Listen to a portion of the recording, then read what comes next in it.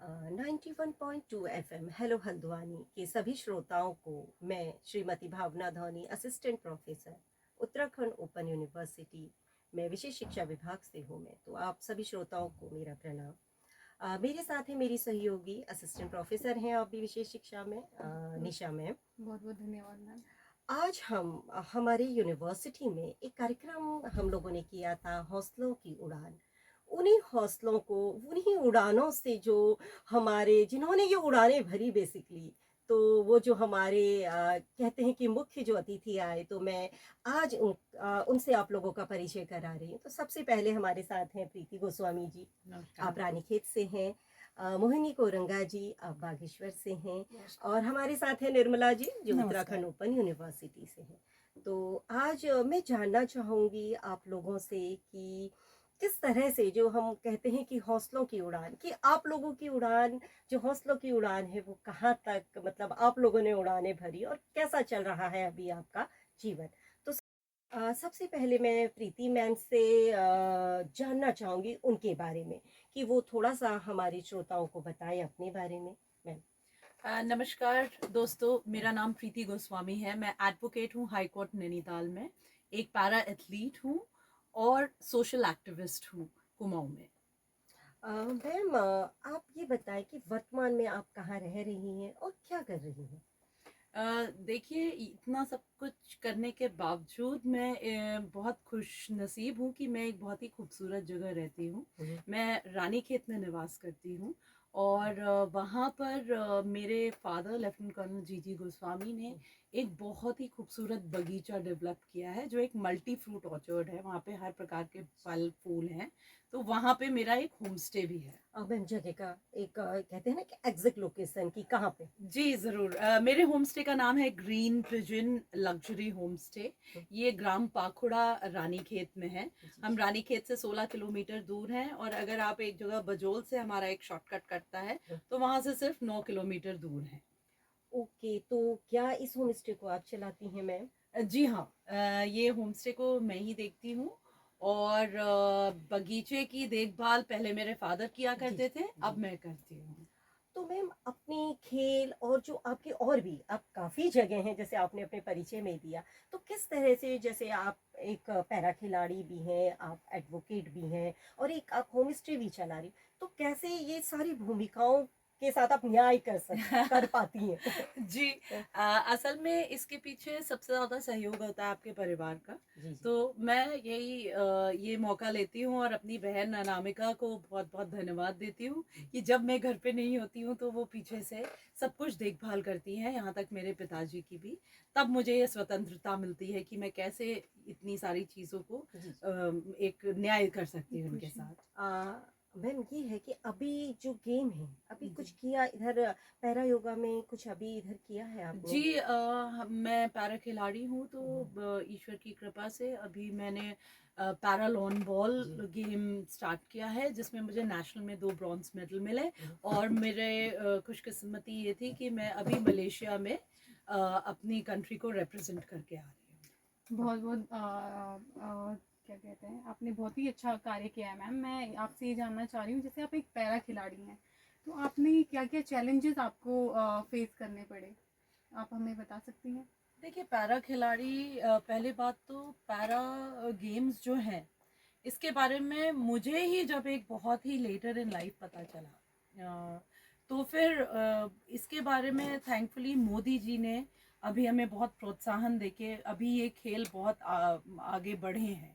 But अभी भी बहुत स्कोप है, क्योंकि एक तो लोगों में कि पैरा वाले भी खेल सकते हैं, जो दिव्यांग होते हैं उनके खेल भी बहुत अच्छे होते हैं और उन खेलों को लोग आए देखें और उसमें रुचि करें, तब जाके हमारे खेल और आगे बढ़ सकते हैं। और चैलेंजेस तो मैम, जब तक गवर्नमेंट अपनी पॉलिसीज नहीं बदलेंगे और हमें और सहयोग नहीं देंगे, हमें और प्रोत्साहन नहीं करेंगे, तब तक हम कैसे आगे बढ़ेंगे। मुझे ऐसा लगता है कि जैसे आपने कहा कि गवर्नमेंट सहयोग, कि ये है कि सिर्फ वो एक फॉर्मेलिटी ना हो, है ना, कि जैसे ट्रेनर अच्छे हो, जैसे एक गेम होता है ना, कि जैसे हम एक खेल को ऑर्गेनाइज करते हैं, तो पैरा गेम भी इसी तरह से हो कि आप लोगों को सिर्फ ऐसा नहीं कि उस इवेंट में जा रहे, उससे पहले की जो तैयारी है वो भी उस लेवल की हो और लोगों में अवेयरनेस फैलाएं कि लोगों को पता चले ये गेम हो रहे हैं और लोग देखने आए। जी है ना मैम, कि बिल्कुल। वही। जो मेरा और आपका अभी डिस्कशन चल जी रहा जी था कि दिव्यांगों की हर एक की डिसेबिलिटी के बारे में एक सेंसिटिविटी होनी चाहिए, नॉलेज होनी चाहिए, जी जी और इस फील्ड में वो एक्सपर्ट्स होने चाहिए जो वी नीड एक्सपर्ट्स जो समझे और फिर उस हिसाब से गेम्स के साथ जस्टिफिकेशन हो पाए। थैंक यू मैम कि आपने बहुत अच्छी मतलब एक तरह से जानकारी भी दी, और मुझे लगता है कि जो भी हमारे श्रोता इससे देखेंगे और सुनेंगे उन्हें लाभ मिलेगा। तो जो हमारी आज की जो हमारी अगली मेहमान है वो है मोहिनी कोरंगा जी। नमस्कार। नमस्कार। आपका भी बहुत बहुत स्वागत है। मैम बताएं थोड़ा कि अपने बारे में, आप कहाँ से हैं और अभी क्या करते हैं। जी मैं बागेश्वर से हूँ। बागेश्वर, मेरा नाम मोहिनी कोरुंगा है। मैं बागेश्वर से हूँ, बहुत दूर क्षेत्र, दूरस्थ जहाँ ग्रामीण क्षेत्र से बिलोंग करती हूँ मैं। अभी वर्तमान में जिला दिव्यांग पुनर्वास केंद्र में कार्यरत हूँ 2019 से। जी जी। जी और बताएं आपकी, जैसे आप भी एक पैरा खिलाड़ी हैं, कि जी। आप क्या खेलती हैं और कैसी आपकी वो यात्रा रही। और मैं, जो हमारी जीवनी यात्रा रही है बहुत संघर्षशील रही है। भौगोलिक परिस्थितियों से जी जी जो हम आते हैं, तो वहाँ पे सबसे पहले बोलो आराम से बहुत दूर क्षेत्र से आती हूँ। तो अभी जब 2017 से मैंने बहुत संघर्ष करने के बाद स्कूल से लेके यहाँ गेम में आने तक 2017 से जो हमारी वो रहा, तो बहुत ही अच्छा रहा। उत्तराखंड सरकार का जो एक पैरा गेम से मैं हमको लाए, और बाकी मैं सभी से यही चाहती हूँ कि वो भी आए, आगे को बढ़े। आप क्या खेलते हैं मैं सिटिंग वॉलीबॉल खेलती हूँ। और उसमें अभी आपने क्या अचीव किया है। अभी मैं नेशनल पे अब खाली पार्टिसिपेट किया है हमने। जी जी बाकी जो महाकुंभ गेम्स है जी जी गोला और चक्का में, उसमें मैं 16 मेडल लेके आई ये राज्य पे। बहुत अच्छी। अच्छा ना, आप दोनों ही क्योंकि पहाड़ से हैं, जी अब मैं हल्द्वानी देहरादून की बात नहीं करती हूँ, जी या फिर भी अवेयरनेस है, जी लेकिन ये बता सकते हैं कि पहाड़ों में दिव्यांगों की क्या हालत है, मतलब क्या उनकी स्थिति है ना। मुझे लगता है वो चैलेंज और ज्यादा हो जाते जी हैं, जी क्योंकि जी भौगोलिक स्थिति आपने जी कहा जी कि पहाड़ है। जी पहाड़ों की जो दिव्यांग की जो परिस्थितियां हैं बहुत दयनीय है मैम। क्योंकि वहाँ पे यातायात का साधन नहीं हो पाता हाँ है। और जैसे हम सहायक उपकरण की जहाँ पे बात करो, व्हीलचेयर हमारे ग्रामीण क्षेत्र में दिव्यांगजन नहीं कर पाएंगे, क्योंकि उसके लिए रोड चाहिए। हाँ और जैसे वॉकर है उसके लिए मैदानी जगह चाहिए। बैसाखी है उसमें भी सीढ़ी में चलने फिरने में दिव्यांगों को बहुत सामना करना पड़ता है। और जहाँ से मैं बात करूँ, हमारी जो ग्रामीण क्षेत्र के दिव्यांग हैं, पढ़ाई से लिखाई से मैं अपनी बात करती हूँ। मैंने 5 किलोमीटर दूर जाके बैसाखी से चल के मैंने आर्ट पास किया, बहुत संघर्ष से। तो हमारे दिव्यांग भी अभी, हालांकि आज के डेट में हमारे सभी दिव्यांगजन पढ़ रहे हैं, कुछ अभी ऐसे दिव्यांग हैं कि वो नहीं जा पाते हैं, या भी उनको जागरूक करने की आवश्यकता है।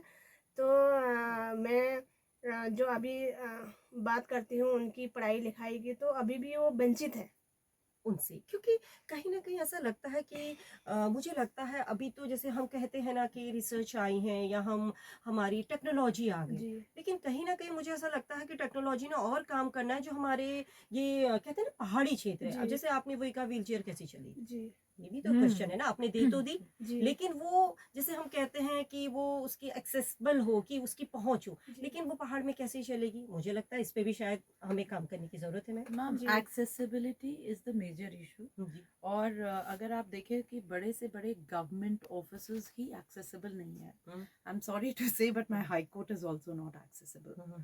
So this shows the mentality कि दिव्यांगों को हम लोग को निग्लेक्ट किया जा रहा है।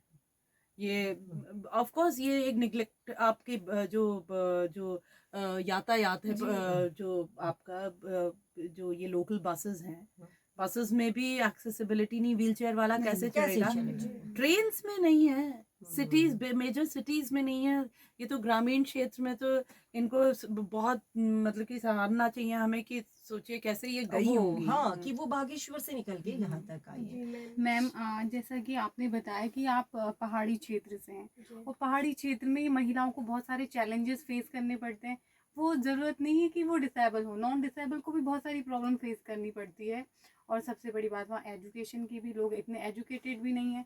तो बीइंग अ वुमेन, दिव्यांग वुमेन, आपने क्या क्या चैलेंजेस फेस किए अपनी पर्सनल लाइफ में, क्या आप हमें शेयर कर सकती हैं? जी मैम। और मैं पहले तो बहुत कटी बात की शिकार हुई मैं। जब मैं स्कूल जाया करती थी, मुझे वहाँ पे सारे बच्चे से लेकर ग्रामीण लोग भी बहुत चिढ़ाते थे। तो फिर उससे मैं उभर के आई और बहुत सारी फिर मैं एक दिव्यांग थी। वहाँ के ग्रामीण क्षेत्र में पहले महिलाएं बाहर कम जाया करते थे, मैं तो दिव्यांग। धन्यवाद मोहिनी। देखिए, आप यहाँ भी आई और यकीन मानिए कि जो आपने हिम्मत रखी है, इसी हिम्मत के बल पे आप जाएंगी। और मैं तो चाहूँगी, जैसे मैं हल्द्वानी रहती हूँ ना, मैंने इसीलिए ये प्रश्न उठाया कि जब मैं यहाँ इतने चैलेंज फेस करती हूँ इस फील्ड में, मैं जब उन बच्चों के साथ काम करती हूँ, तो मैं कई बार सोचती हूँ कि पहाड़ में क्या हो रहा हो। जब लेकिन मैं आज आपसे मिली और जाना, तो जरूर हम प्रयास करेंगे, मिल के काम करेंगे। जो मैम ठीक का है। सवाल है जी, वो जी। मैंने इनके वीडियोस देखे हैं, मतलब कि थोड़ा सा ये नर्वस हो गई हैं। हाँ। पर जो गांव की नॉर्मल महिलाएं जो काम नहीं कर पाती, खेत में कूटना, हाँ।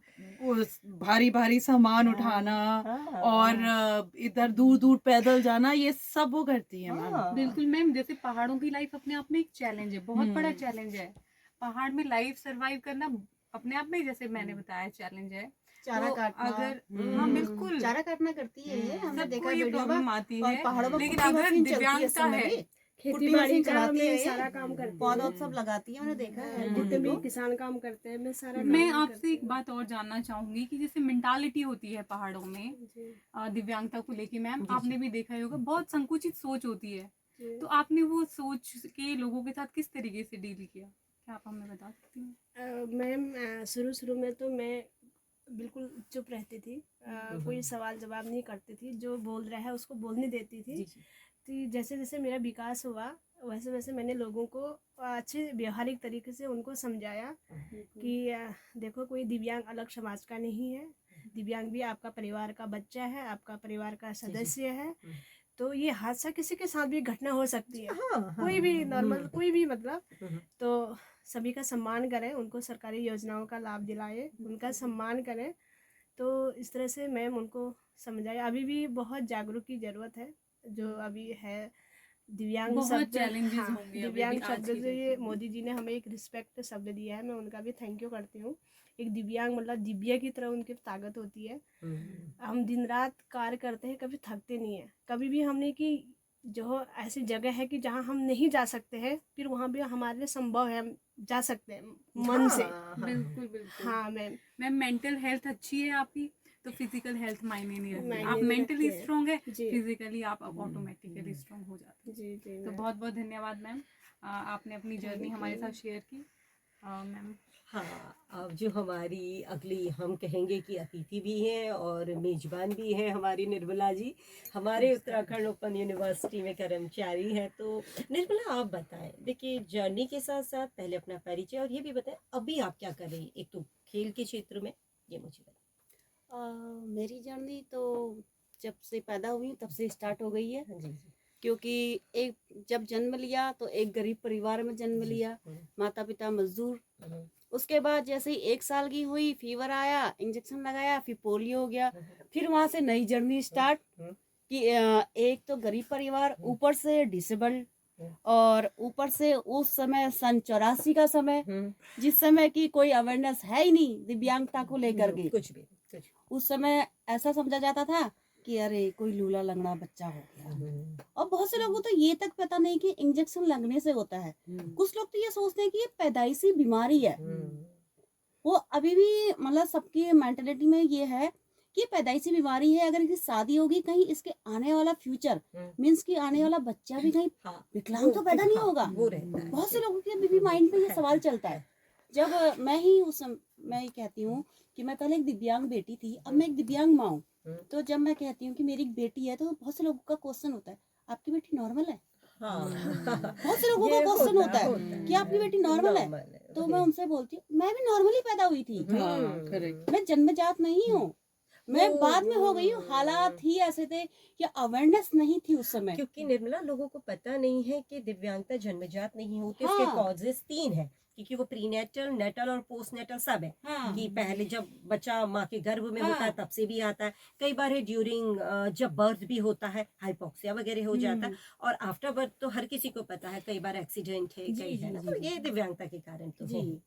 और फिर जब हो गई दिव्यांग तो उसके बाद स्कूलिंग में भी प्रॉब्लम आई, जी जी। क्योंकि सामान्य बच्चों के साथ पढ़ना, हाँ, वो आगे जा रहे हैं, हम बैठे हैं एक हाँ, जगह पे, वही। क्योंकि बहुत साई टाइप में होते हैं बचपन में। हम्म, धीरे धीरे जब हम बड़े होते हैं तो हमारी जो सहायता होती है धीरे धीरे दूर होती है, और हम धीरे धीरे लोगों के साथ मजबूत अपने होते आप में हैं। मजबूत बन के दिखा देते हैं कि हम भी आप ही की तरह नॉर्मल हैं, हाँ, क्योंकि बचपन में हमको ये बातें समझ में नहीं आती है कि हम भी नॉर्मल हैं। हाँ, हम ये सोचते हैं कि हाँ शायद हम वाकई में अननॉर्मल हैं, क्योंकि ये हम्म, तो दौड़ रहा है, चल रहा है, कूद रहा है, खेल रहा है, और हम एक जगह पे बैठे हैं, शायद कुछ कमी है हमारे अंदर। लेकिन जैसे जैसे हम मिच्योर होते जाते हैं, हमारी एज बढ़ती जाती है, और जब हमें फैमिली से बताया जाता है कि आप नॉर्मल थे और आपको इंजेक्शन लगने से ये चीज़ें हुई हैं, ये कंडीशन हाँ, है ना। तो उस समय फिर अपने आप को लगता है कि अच्छा हम तो नॉर्मल थे, तो इट्स मीन हम नॉर्मल हैं, क्योंकि हमारे माइंड पे क्वेश्चन आ रहा है कि ऐसा क्यों, इट्स मीन हम तो नॉर्मल ही हैं, बिल्कुल सोच रहे हैं, समझ रहे हैं। निर्मला, इसीलिए डिफरेंटली एबल कहा। जी। एबल है, जी। देखो वो एक समाज का सोच है जो हाँ। पहले से बन गया। उन्होंने एक दृष्टिकोण बना दिया हम्म। कि एक इंसान जो ऐसा पैदा होगा जिसकी 2 आंखें 2 कान होंगे, 2 हाथ 2 पांव और वो सीधा खड़ा होगा, तो उसको हम एक उन्होंने एक स्टैंडर्ड फिक्स कर दिया यस। कि इनको हम क्या बोलेंगे कि वो सामान्य, जो एक शब्द में कहते जी हैं। जी जी। लेकिन ऐसा नहीं है। देखिए, हम्म। अब ऐसा तो नहीं कि हर कोई इसी तरह से पैदा होता हाँ। है ना। तो हर कोई अलग अलग ढंग से पैदा होता है। Yes, तो ma'am. हमें वो वही तो दृष्टिकोण हमने विकसित करना है हाँ। कि सिर्फ हम एक वो फिक्स जो कहते हैं ना, जो हमने एक स्ट्रक्चर बना दिया उसको ना देखें। तो अब तभी कहा गया है डिफरेंटली एबल, कि एबल तो है लेकिन उनका जो वे है हाँ, वो डिफरेंट। अलग है। हाँ। ऐसा नहीं कह सकते देखो मोहिनी इतनी स्ट्रांग है, देखिए हाँ। प्रीति इतनी Yes, स्ट्रांग है, yes, आप yes. हर किसी में यही है कि हमने हिम्मत नहीं हारी। जी, जी, तीनों जी। ही अगर ये शब्द कह रहे हैं, हम्म। हमेशा तीनों ये कह रही है ना, बिल्कुल कि सही हमने बात। क्या नहीं हारी, हिम्मत नहीं हारी है यस है ना। मैम। जी, जी। और निर्मला अभी क्या कर रही गेम में, ये बताएं। अभी तो मैम मैंने 2 वर्ल्ड चैंपियन और 1 एशियन गेम पार्टिसिपेशन कर लिया है। अपने जो राष्ट्रीय पदक होते हैं नेशनल लेवल के, जी उसमें 15 मेडल मेरे पास हैं। तिली रोतली अवार्ड मेरे पास है, दक्ष खिलाड़ी मेरे पास है, और मेरा ड्रीम है ओलंपिक तक जाना, और ओलंपिक में मैं मेडल लेके आऊँ। और इसके लिए जितने भी संघर्ष आएंगे मैं मतलब उसको सामना करना चाहती हूँ, कि जो भी संघर्ष आए, क्योंकि जब तक संघर्ष नहीं आएंगे हम उभरेंगे नहीं। हाँ, आपने अच्छी लक्ष्य बात अपना बोली। कर लिया है डिसाइड। हाँ। अब उस लक्ष्य के लिए आपको जी जी जी। हाँ अभी तक मैं 10 से 12 इंटरनेशनल खेल चुकी हूँ, हम्म, जो कि जब छोटे से थे हवाई जहाज को उड़ते हुए देखते थे तो उस समय सपना होता था ये हवाई जहाज इतनी दूर है, क्या हम भी इतनी इसमें बैठेंगे कभी, ऐसे ऊपर आंखें करके सोचते थे।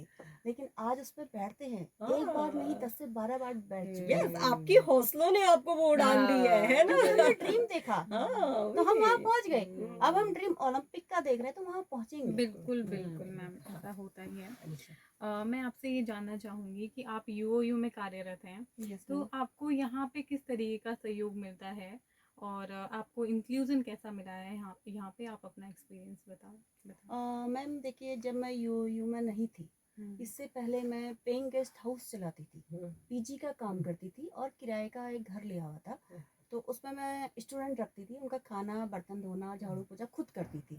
उसके बाद जब मैं नेशनल खेला तो उसमें मेरे मेडल आए। मेडल आने के बाद मैंने कहीं पर अप्रोच लगाई तो मुझे यू शिफ्ट कर दिया गया, मतलब भेज दिया गया कि आप यहाँ पे काम कीजिए।